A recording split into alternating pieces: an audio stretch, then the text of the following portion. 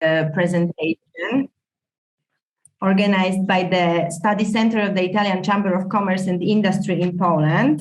My name is Anna Monica, and I will have pleasure to conduct for you this meeting. After the pandemic shock, we hoped nothing else and nothing worse could happen anymore, and instead we are here today to talk about the war. Before we start, let me thank our today's speakers, Francesco Zecchin, Italian desk, and Michał Dubois, chief economist from the BNP Paribas, that are here with us. Hello. Hello. Hello. And who will present their research. War in Ukraine, impact on the outlook for the Polish economy. So this is the title of our today's presentation, in which we touch, among others, main indicators, inflation and prices, global value chains, supply chains, industrial production, financial markets, commodity production, and many other very, very interesting topics. How Poland is affected directly through the trade with Russia, Ukraine, and Belarus, and also indirectly through, of course, the trade with the whole European Union that is affected as well. After the presentation, we still have time to the Q&A session. So please, if you have the questions, you are kindly asked to write them in chat. We will try to answer all the questions. The webinar is being recorded and it will be available on the social media of the Italian Chamber. So also the presentation will be shared with the participants. So you will, after our meeting, you will receive the presentation that our guest will be now presenting. Before we start, I can see among participants the ambassador of Italy, Aldo Amati. And if you don't mind... Buongiorno a tutti, buongiorno a tutti, grazie. Aldo, I would like to give you the floor for an unexpected welcome, which we are very happy of. Pronto, mi vedete? We don't see, but we can hear. Can you see me? No. Can you see my beauty? No? No, but we can hear, so I think... Anyway, maybe now, I don't know. Anyway, thank you very much to... Now we can. Here we are. Yeah. Here we are. Thank you very much for this unexpected welcome. I'm very happy to see how the situation is going economically versus the terrible conflict that we have not far away from Poland. Of course, we have. As you probably most of you have seen, our prime minister was he's in the United States, and he said pretty plainly to President Biden that now it's also time to sit down and talk. I have the impression that this war will last as long as the United States are behind, the Ukraine. So the key question is whether United States will push Zelensky to some sort of compromise. Maybe now is not the right time, and it'll take longer. But we know very well that the longer the war continues, the more problems we're going to have. For our economies, especially for the Italian one, and we know very well what's going on right now, and also our social fabric becomes entangled in a very complicated situation. And of course, Poland has made a very important calculation in supporting plainly the Ukrainians, but at the same time they have problems in terms of assimilating, or let's say accepting millions of Ukrainians. So far so good, but we know that in the long run some economic problems would rise here in Poland as well. So I don't want to take too much time. I thank you very much for this occasion. I think it's very useful for all of us. And I give you the floor back to you. Thank you so much. Thank you. Thank you very much, Ambassador. Let me now give the floor to Donato Di Giglio, the director of the Study Center of the Italian Chamber of Commerce, for his welcome. Donato.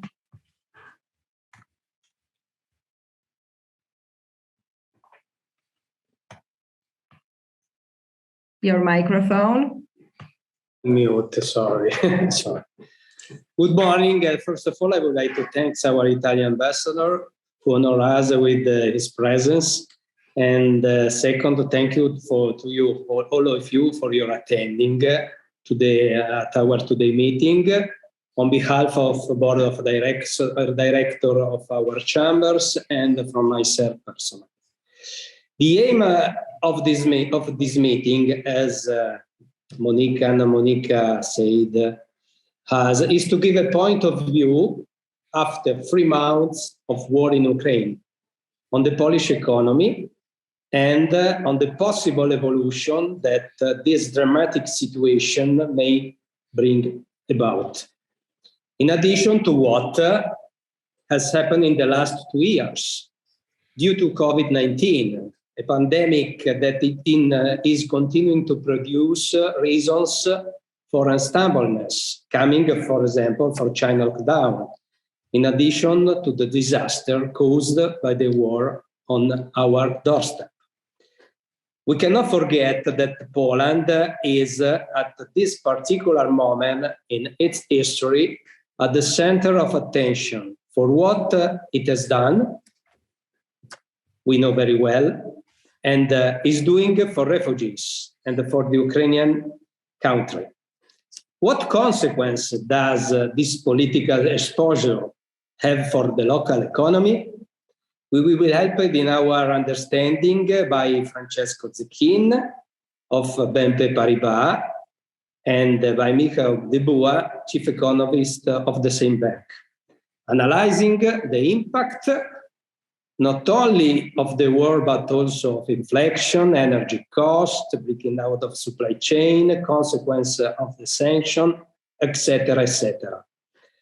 I hope we will be able to acquire a point of view of our business activities in this country that will help us to understand the possible macroeconomic development both within Poland and on the European continent and countries.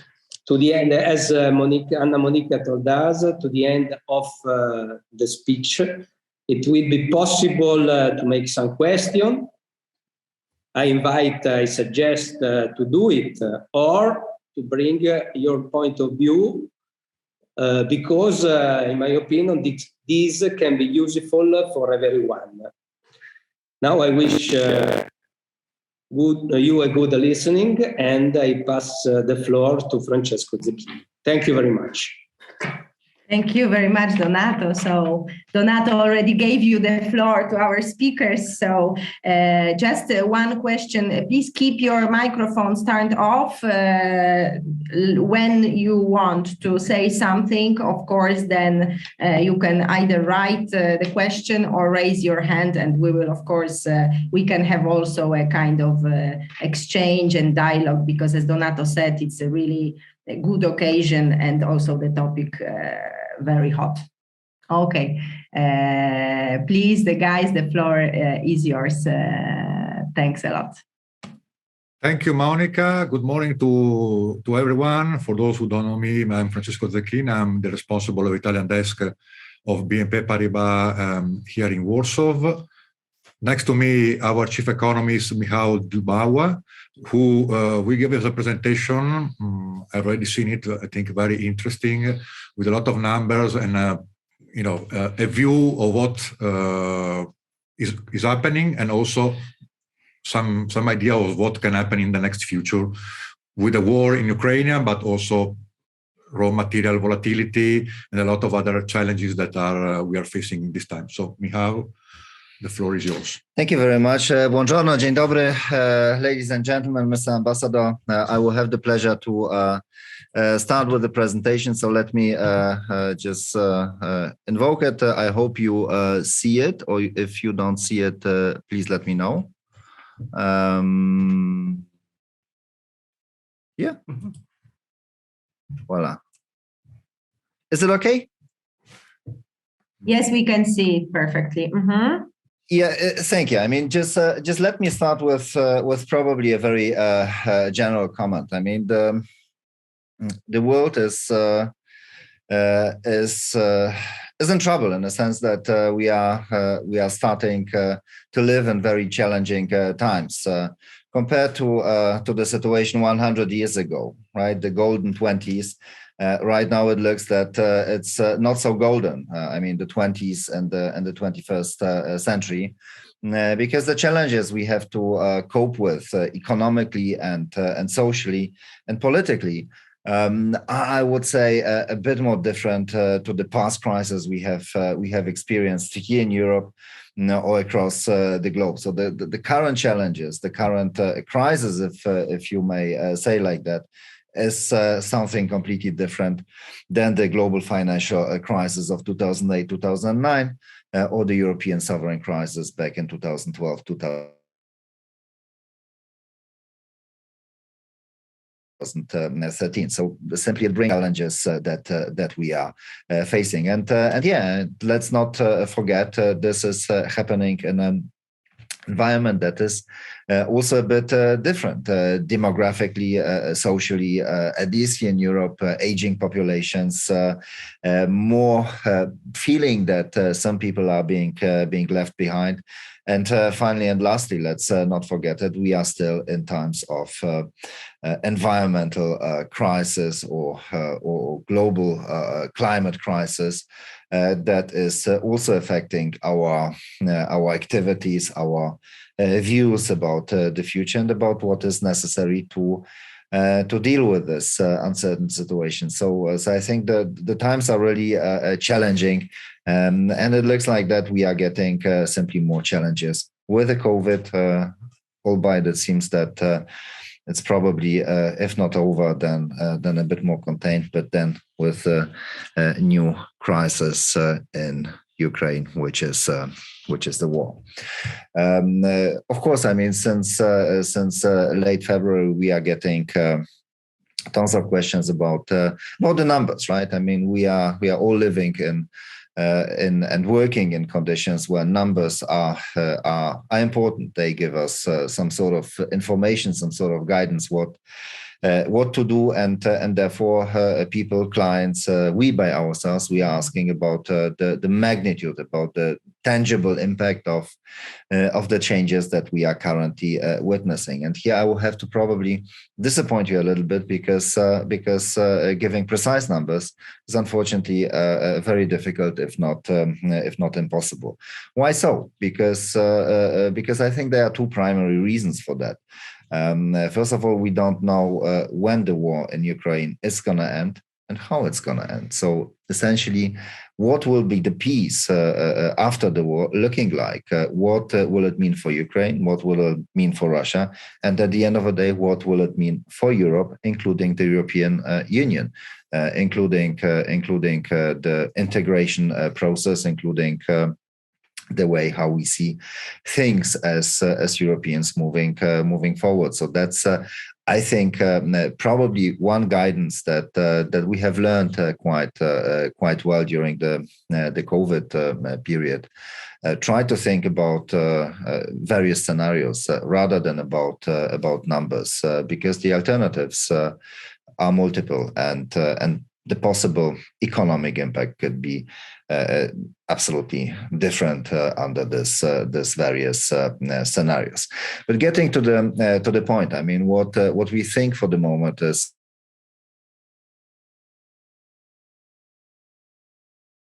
probably most likely, in terms of the story as well, is Still reasonably good growth in Poland this year, but that will be owing mostly to the very strong start of the year. The first 4 months, it seems we have been running at a growth rate of 8%, which by no means is sustainable. Even if there would be no war, this would be a growth rate that is stretching out too much above the potential of this economy. So therefore, growth is likely to slow, and it will slow.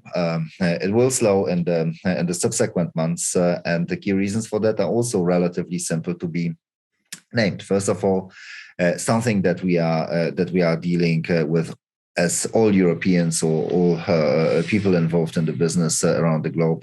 Most the significant increase in materials prices, commodity prices, irrespective whether this is energy or non-energy commodities, tighter monetary conditions, higher interest rates, and lastly, great uncertainty. And you know that very well. Uncertainty is not great for making investment decisions, and if there is less investment, there's going to be less growth. So our story is, we started the year on a strong note, but we will be seeing a slowdown coming in the next months, and especially in 2023, when all this impacts, particularly of tighter monetary policy, will fully unwind.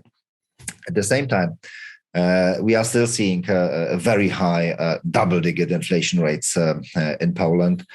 Based on the information and judged by the numbers that we are seeing right now, on average, it looks 11.5%, probably 12% average inflation this year, and not significantly lower next year. Let's not forget that. I'm sorry, Michał, but we still can see the summary slide. Shall we see the following ones?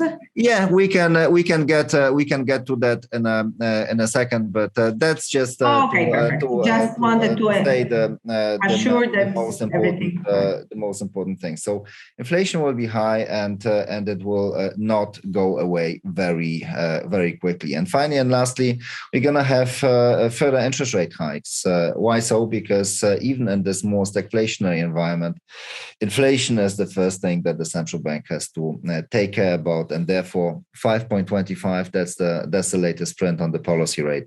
We think we're going to be moving at least to 8% in the next coming months.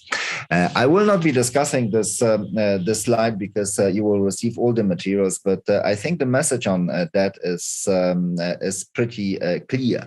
The war in Ukraine by itself, it will be affecting the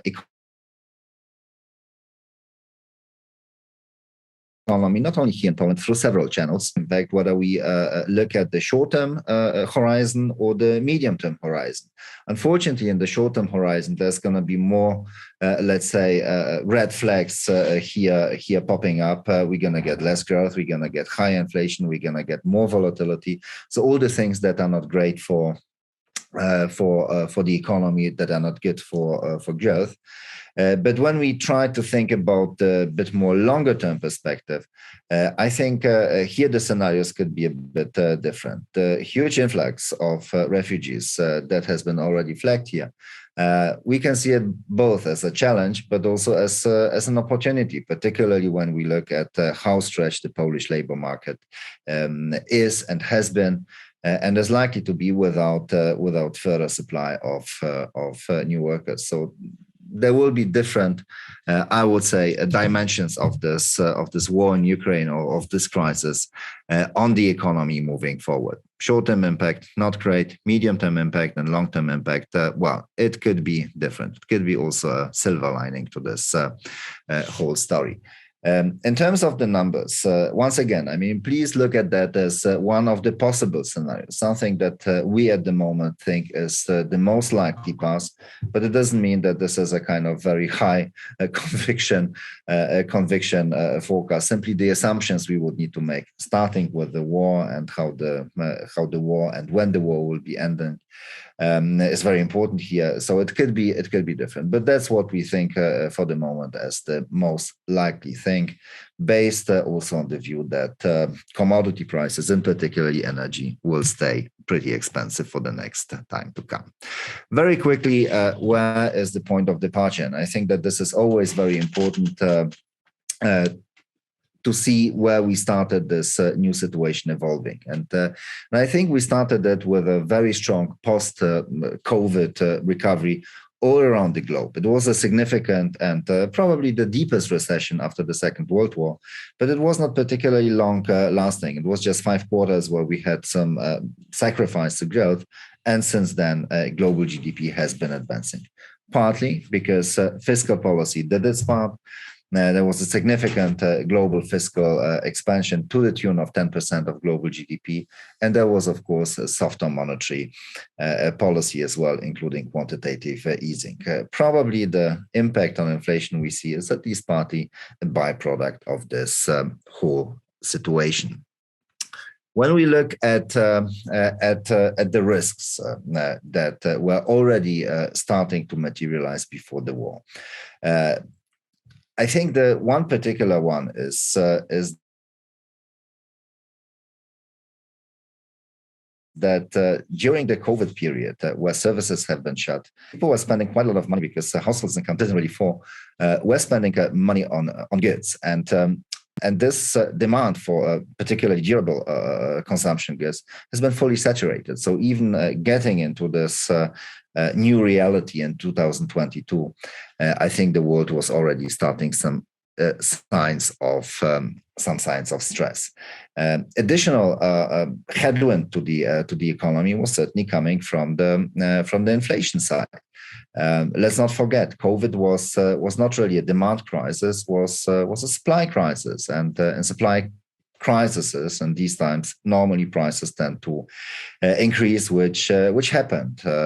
What I think was and is still very important observation and point here is that because of the uncertainty regarding the stability and robustness of logistics chains, the kind of change in the industrial paradigm from just in time to just in case, building more inventories, nearshoring of your suppliers has not been helping either. And this is also being evident in high inflation. And as we know, high inflation is eroding disposable incomes and is effectively not a great thing for the growth outlook moving forward. In Poland, very briefly, I was showing the global slides. We basically have seen exactly the same sort of trends, very strong performance of the industrial sector, very strong performance of all the industries that are close to manufacturing. Think about transport, logistics, and that's an important part of the Polish economy, much more important than services like restaurants, hotels, tourism, and so forth. So we were not really much affected as an economy by the COVID, and we have benefited a lot from the post-COVID recovery because of the structure of this economy. But unfortunately, during this period, we have seen, and that to a much greater extent than most Western European countries, a surge in inflation. Inflation was already getting a problem, was starting to get a problem before the COVID period. The outbreak of the pandemics just brought a very brief halt to both the headline or CPI inflation and to the underlying pressures. And after growth has resumed, and as we know, I mean, growth has been roaring 6% last year, right now running at a pace of 8%, is adding to prices quite phenomenally. Sometimes our politicians, and not even sometimes, I mean, very often they are dubbing this high inflation like Putin inflation, or something that is beyond their control or the control of the central bank here in Poland. That's not precisely true. We know that, of course, commodity prices, more expensive commodity prices, are adding to the inflation worries at the moment. But inflation was running at double-digit pace already before the war has started. And probably the most important reason for that, why it has been the case, has a lot to do with the economic success of the previous years. We don't have really an unemployment rate here in Poland, or unemployment is very low. There is this is of course a problem, but for the moment we are facing the shortages of skilled and non-skilled workers, which is simply boosting the pressure on wages, and wages are growing at a pace of 10, 11, 12%, simply because companies are not able to ditch, first of all, workers. They don't have the kind of alternative to replace them with robots, at least in the near term. And in order to keep production going, you simply need the labor. And if labor is scarce, you have to pay for that much more. And that's important for inflation. I will probably try to raise your attention to the right-hand slide here. It's not very common. I mean, usually economists, when they are speaking about inflation, they are speaking about CPI inflation or core inflation or producer prices. But we think that the best measure of the really domestically generated price pressure is the gross value added deflator. This is effectively the prices that are being generated in this local economy. So stripping out all the kind of external effects that we are currently trying to cope with. And unsurprisingly, this domestic driven price pressure, so this gross value added deflator, is effectively a function of compensation growth. It's a function of nominal wages. Moreover, I mean, there is a simple rule of thumb we like to highlight every time we speak to clients, that if you try to think about really the kind of proper domestic price pressure in this economy, look at nominal wages, subtract 3 percentage points of that, and then you're going to get the proper inflation rate for Poland. The 3 percentage points is quite important, because that's effectively the long-term average of productivity growth in Poland. And effectively, it should be like that compensation equals productivity and compensation. So that from a pure theoretical or economic viewpoint, the mathematics is adding up. Good. So that was effectively also the starting point. Strong growth, very tight labor market, high wages, high inflation, and the war has started. The impact was pretty much significant, and you can see that on the slides here for the global economy and the global markets. Euro dollar has been moving down like all the European currencies. Why so? Well, because war is in Europe and not somewhere else, which does explain pretty well the development of the things moving forward. Much greater divergence in terms of the various oil prices when you look at the Urals, which is the oil that is being produced and exported by Russia. A significant repricing of that relative to the European or the Brent oil, simply because Russian oil is much more difficult to place on these markets right now.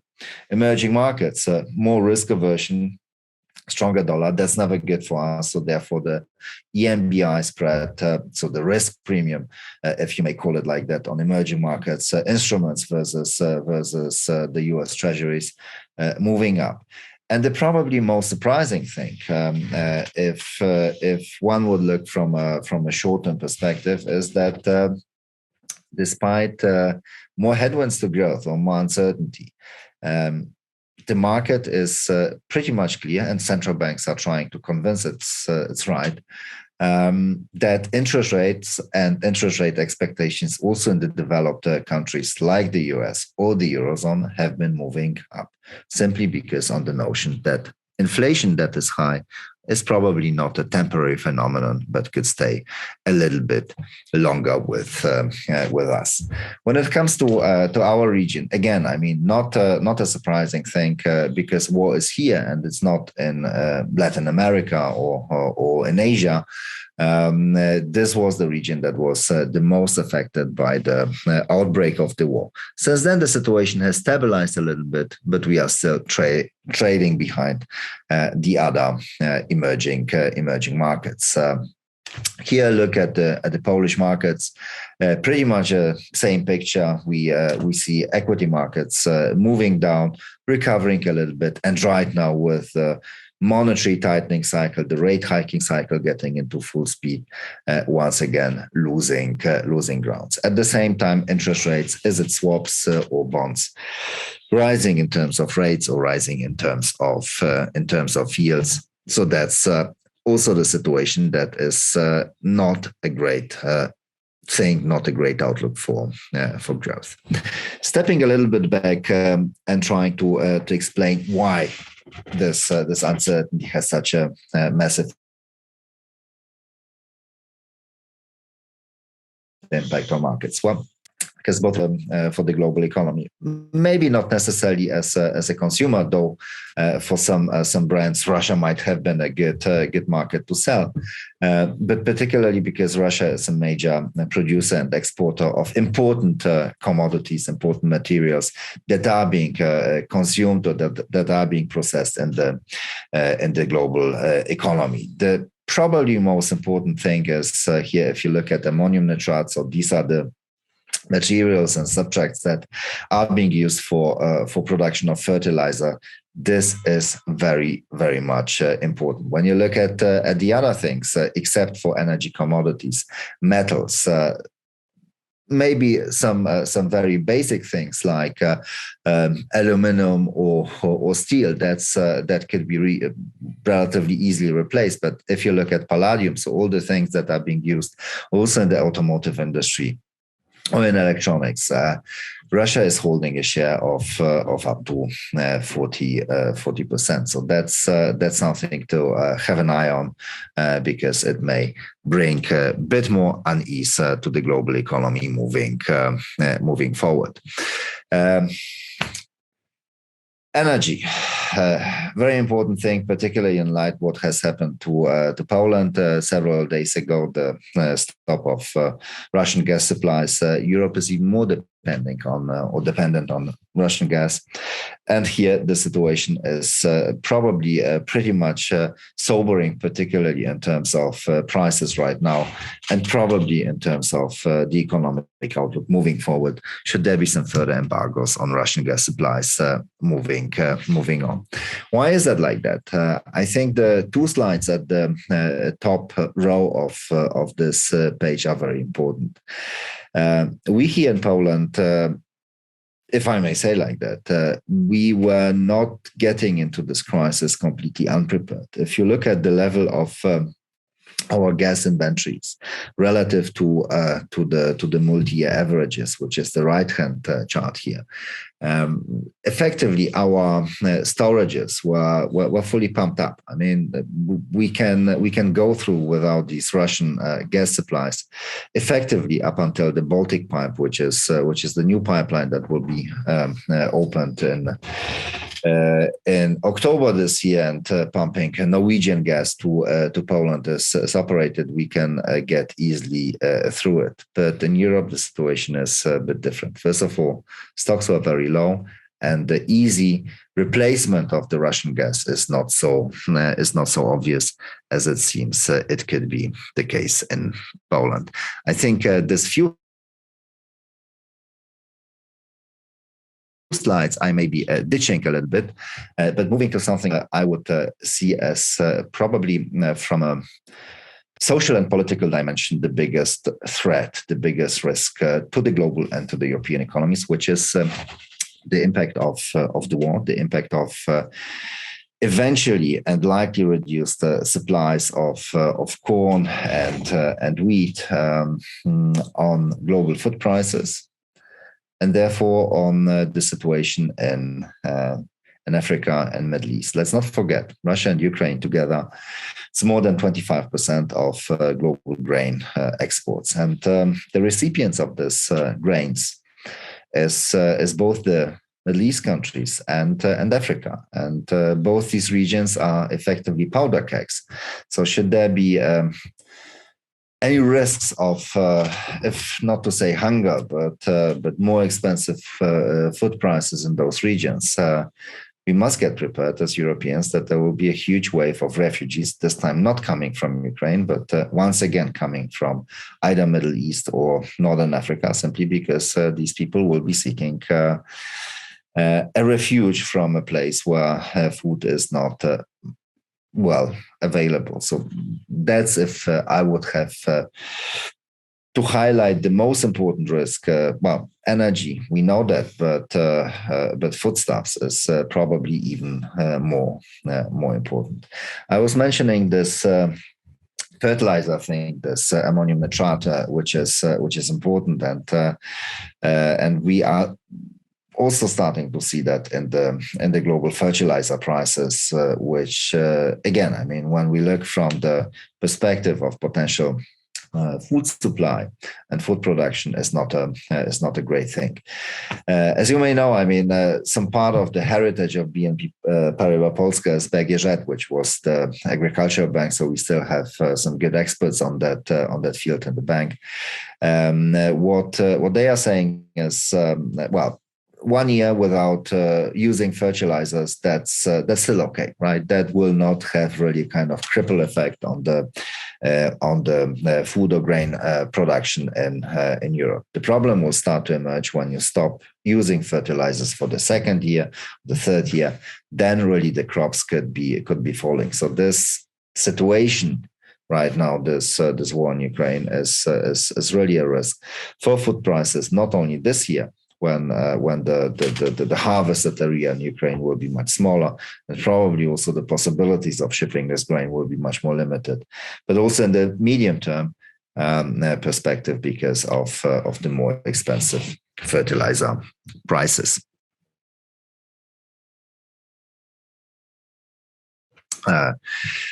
Supply bottlenecks, right? We started to see the pressures on that due to the COVID, due to the shift in the paradigm away from just in time to just in case. And right now, of course, it's re-emerging again, simply because Russia is such an important supplier of at least part of the commodities that are being used for the various production processes. Getting probably a little bit back more to Poland and getting into the refugee or labor market impact of the war.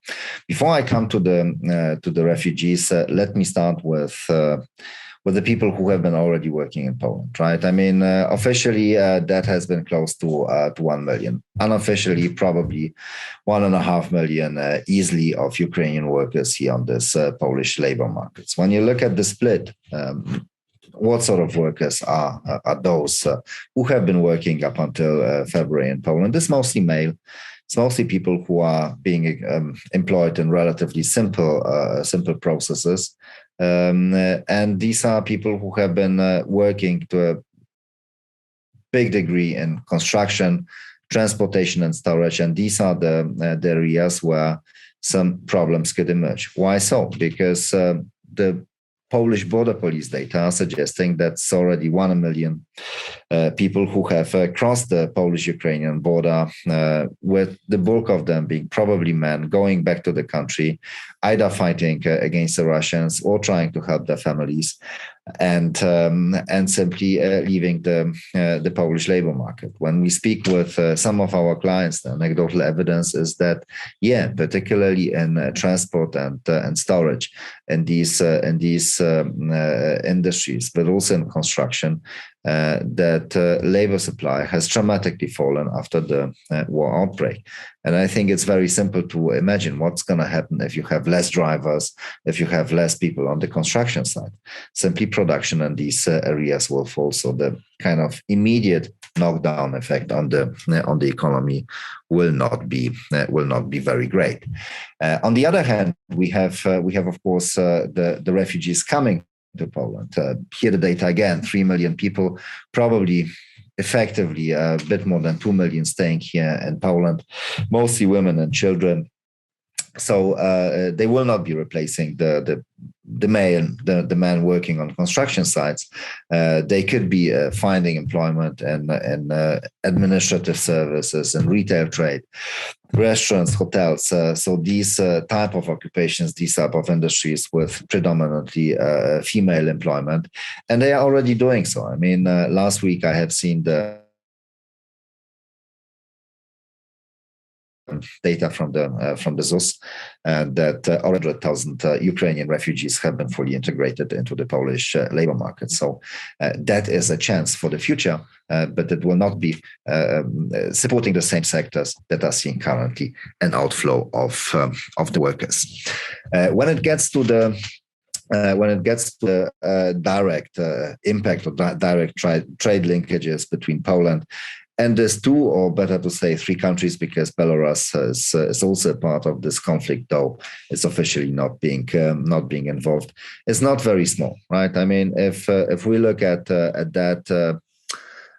You will say, yeah, altogether, probably 6% of exports, even if that falls by 50%, well, fine. I mean, it's not going to be a massive game changer. So the biggest impact, I think, that could come directly through the trade channel is that if the economic outlook, if the business sentiment slows down in the Eurozone, or better to say in Western Europe, this impact will be much more significant than the loss of trade, the loss of exports that we will see and that we already see, given the trade with Russia, Ukraine, and Belarus.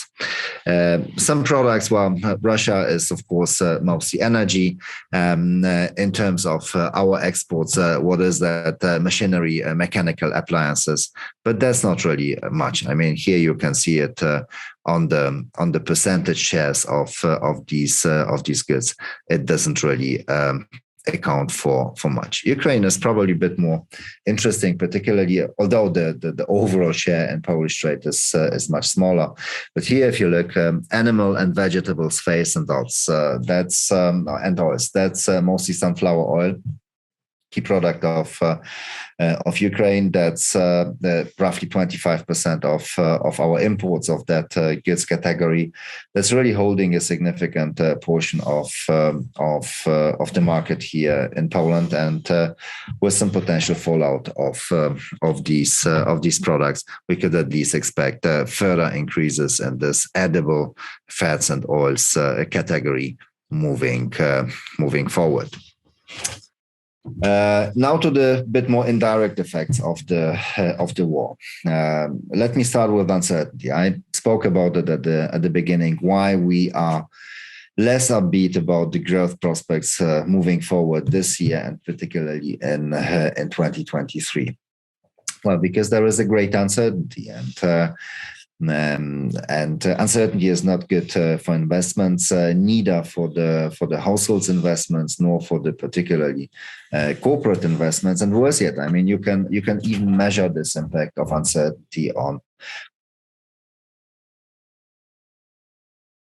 corporate capex, which is the left-hand slide here on this page. And I think it's fair to assume that all the combination of factors, so higher interest rates, less growth, more uncertainty, will probably bring us into a situation where growth is very likely to slow because of that factors.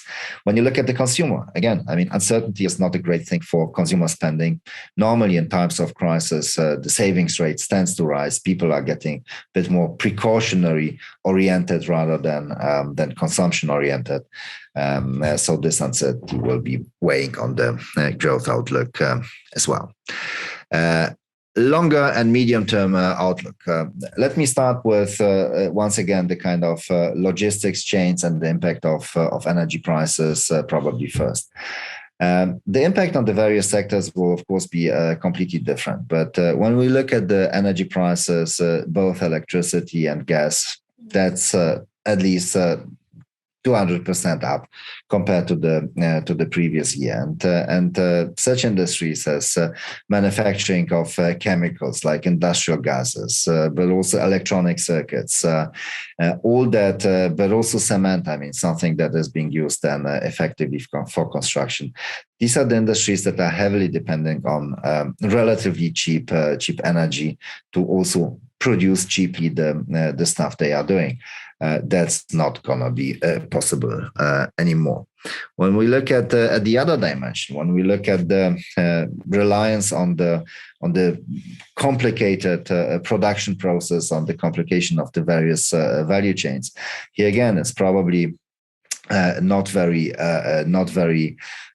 difficult to find once again the sectors that will be mostly affected. electronic components, that needs quite a lot of things, aluminum production, chemicals, but also cars. These are the sectors that will feel most likely the brunt of this potential disruptions and the logistics chains. I spoke already about the natural gas in Poland briefly. Here some bit more detailed slides and information. You can go through that by yourself. Effectively, what is important here to say that natural gas, that's the chemical industry, alike in Europe, alike somewhere else. This is what really matters in terms of the sectoral impact. So this is the sector to watch.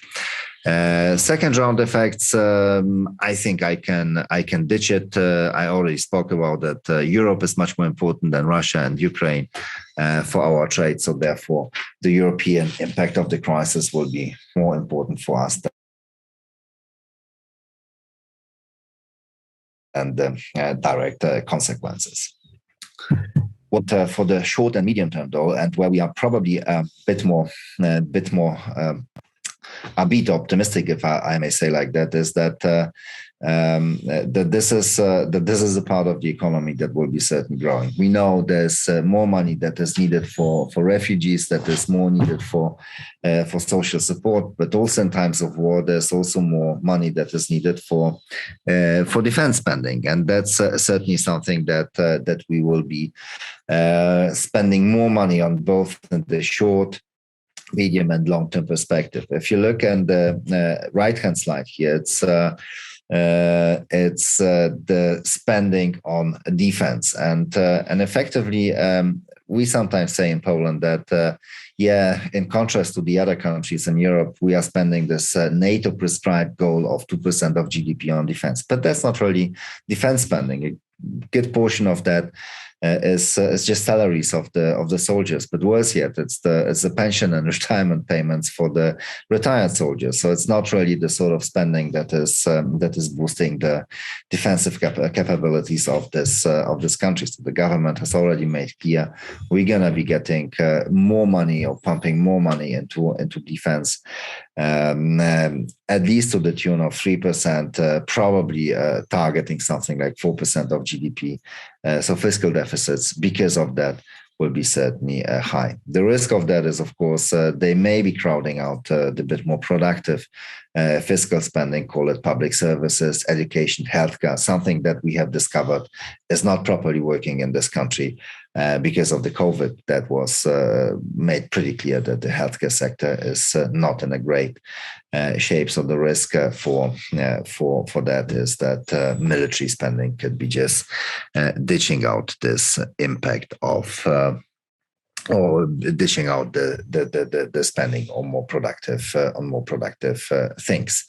What it will be also doing is that, because most of the military equipment that we will be buying, or the government will be spending money on, will be coming from imports. So by default, a good portion of this extra fiscal spending will worsen our trade balance, on top of the things that are currently already going on, like more expensive commodity prices. Poland is a net importer of commodities. We know that very well. And the impact on imports, the impact on trade, is immediately being reflected by the trade and current account balances.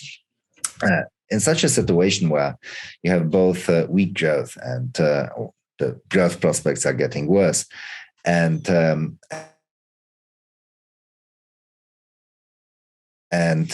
the trade balance is deteriorating.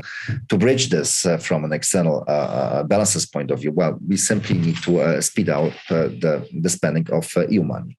As you look and you can see on the left-hand chart here, this regular EU money is following a very strict seasonal pattern. I mean, the 7-year budget agendas of the regular EU budget are being more or less spent in the same pattern. And we know the next coming years, given the seasonal factor, will be relatively weak when it comes to the regular EU budget. So therefore, the money from the KPO or the Recovery and Resilience Facility is very much needed. Poland, together with Hungary, is the country that hasn't received that. In Hungary, more likely because of the uncertainties regarding corruption or misuse of this money. In Poland, because of the lack of rule of law.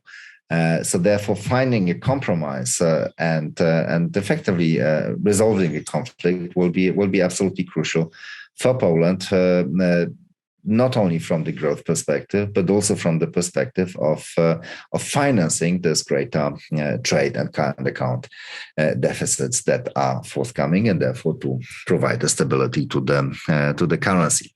Frankly speaking, when the whole war in Ukraine has started, I thought that the chances for getting the recovery and resilience facility funds is growing, simply because Poland will be removing the most contentious parts of its so-called judicial reform, and the European Commission or the European Union will agree with that, and therefore the money will be forthcoming. It seems that the political process here in this country is not as far advanced, and we still haven't got the money.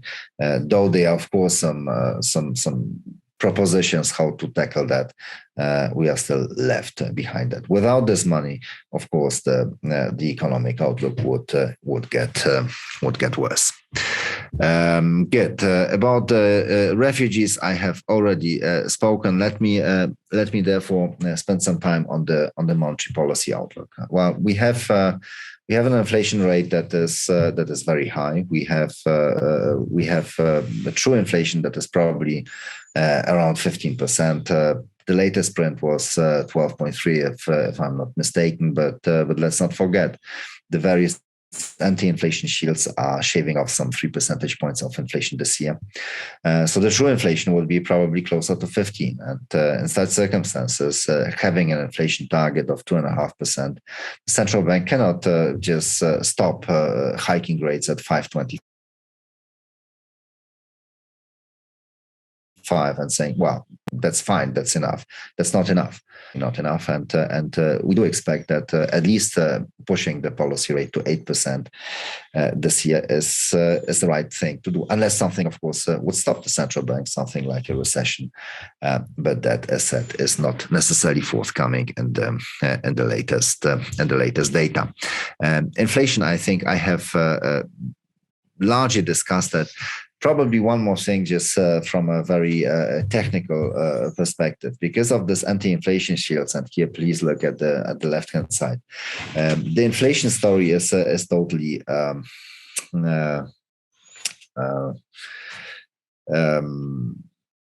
diluted, if I may say like that. I mean, it's depending how long this anti-inflation shields will be maintained.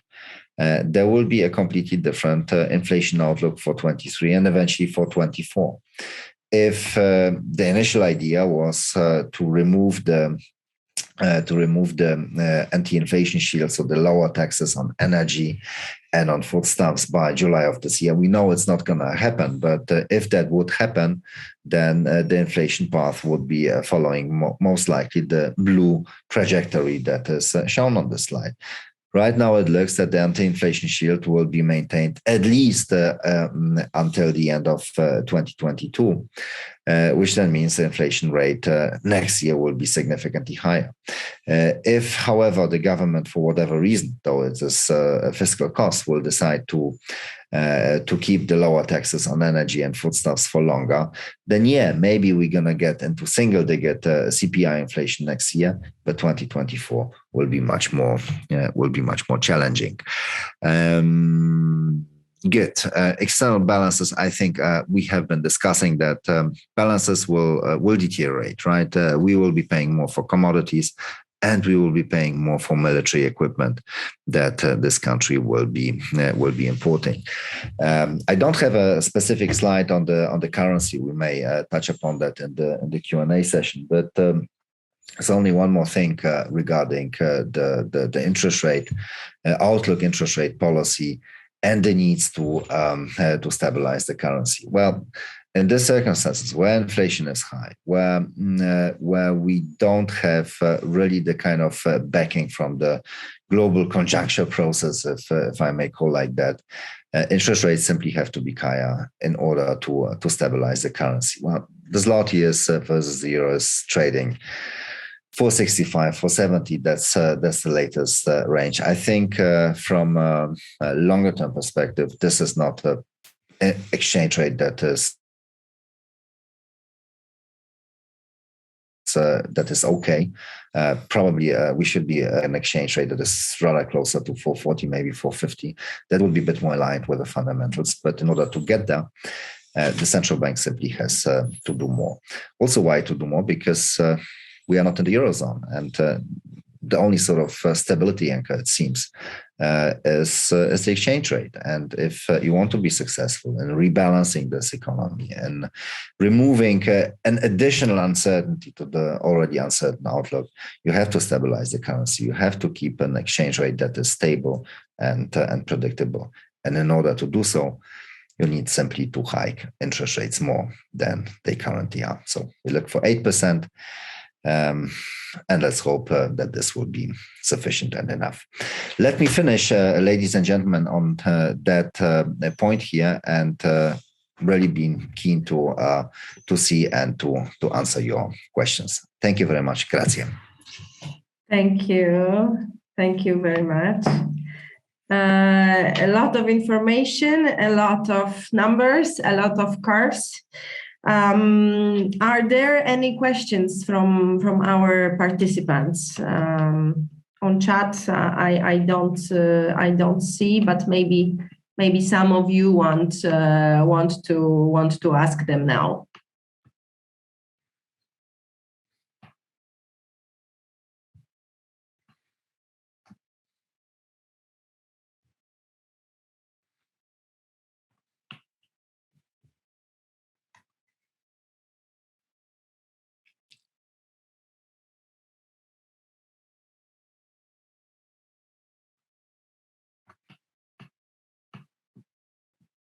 Probably they will appear after people receive the presentation and once again go through it. So if you don't have questions as for now, I really want to thank to our speakers for this presentation. As we said, it will be available on the social media channels for everybody, in fact, and the participants will receive our presentation. Thank you very much for your presence, Ambassador. Always very welcome. We cannot hear you, but I see you are. Thank you very much. Very useful. Thank you. Thank you very much. Okay, so I hope you appreciated it, and we will be in touch for other occasions organized by the Italian Chamber. Thank you very much to all of you. Bye-bye. Thank you very much. Thank you. Bye. Thank you. Bye-bye.